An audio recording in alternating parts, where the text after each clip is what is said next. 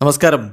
Raf talk മലയാളത്തിലേക്ക് എവർക്കും സ്വാഗതം. Bring back the identity, bring back the fight, bring back Kerala Blasters. എൻ്റെ ആ പഴയ ബ്ലാസ്റ്റേഴ്സിനെ തിരികെ കൊണ്ടുവരൂ ആവശ്യവുമായിട്ട് രംഗത്തെത്തുന്നത് മുൻ കേരള ബ്ലാസ്റ്റേഴ്സ് സൂപ്പർ താരം, വിദേശ താരം, ഹെയ്ത്തി താരം കെർവൻസ് ബെൽഫോർട്ടാണ്.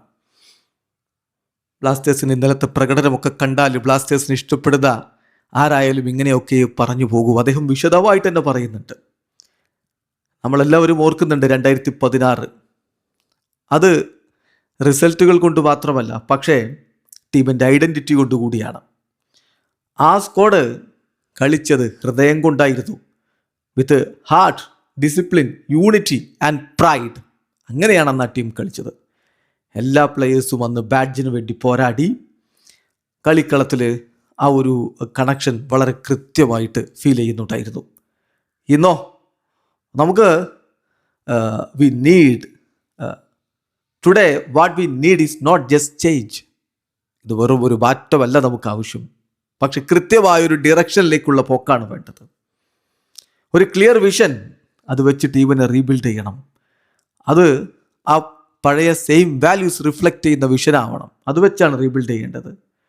അതായത് പ്ലെയേഴ്സിന് കൂടുതൽ വിജയത്തോടുള്ളൊരു ഹങ്കർ, അതുപോലെ കമ്മിറ്റഡ് ആയിട്ടുള്ള പ്ലെയേഴ്സ് വേണം. സ്ട്രോങ് ലീഡർഷിപ്പ് കളിക്കളത്തിനകത്തും പുറത്തും ഉണ്ടാവണം. ഒരു ക്ലിയർ പ്ലേയിങ് ഐഡൻറ്റിറ്റി വേണം. ട്രസ്റ്റും സ്റ്റെബിലിറ്റിയും സ്ക്വാഡിനകത്തുണ്ടാവണം. വിശ്വാസവും സ്ഥിരതയും ഈ ടീമിനകത്തുണ്ടാവണം. സക്സസ് എന്ന് പറഞ്ഞാൽ പമ്പൻ പേരുകൊണ്ട് മാത്രം സംഭവിക്കുന്നതല്ല, മറിച്ച് ഒരു ടീം, അത് വിത്ത് ക്യാരക്ടർ ബിൽഡ് ചെയ്യുന്ന ഒരു ടീം, കെമിസ്ട്രി ആൻഡ് പർപ്പസ് അങ്ങനെ ഉണ്ടാകുമ്പോഴാണ്, അങ്ങനെ ഒരു ടീം ബിൽഡ് ചെയ്തെടുക്കുമ്പോഴാണ്, ഈ ചേരുവകളെല്ലാം ചേർത്ത് ബിൽഡ് ചെയ്തെടുക്കുമ്പോഴാണ് സക്സസ് ഉണ്ടാവുന്നത്. Just like in 2016. ഈ ക്ലബ്ബ് ഫുട്ബോളിൽ തന്നെ സ്ട്രോങ്ങസ്റ്റ് ഫാൻ ബേസുകളുള്ള ക്ലബ്ബുകളിലൊന്നാണ്.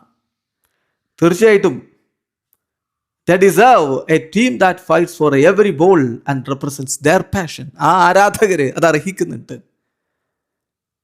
ഓരോ ബോളിനു വേണ്ടിയും പോരടിക്കുന്ന, ഓരോ ബോൾ അവരുടെ പാഷനെ റെപ്രസെൻ്റ് ചെയ്യുന്ന ഒരു ടീമിനെ ഈ ആരാധകർ അർഹിക്കുന്നുണ്ട്.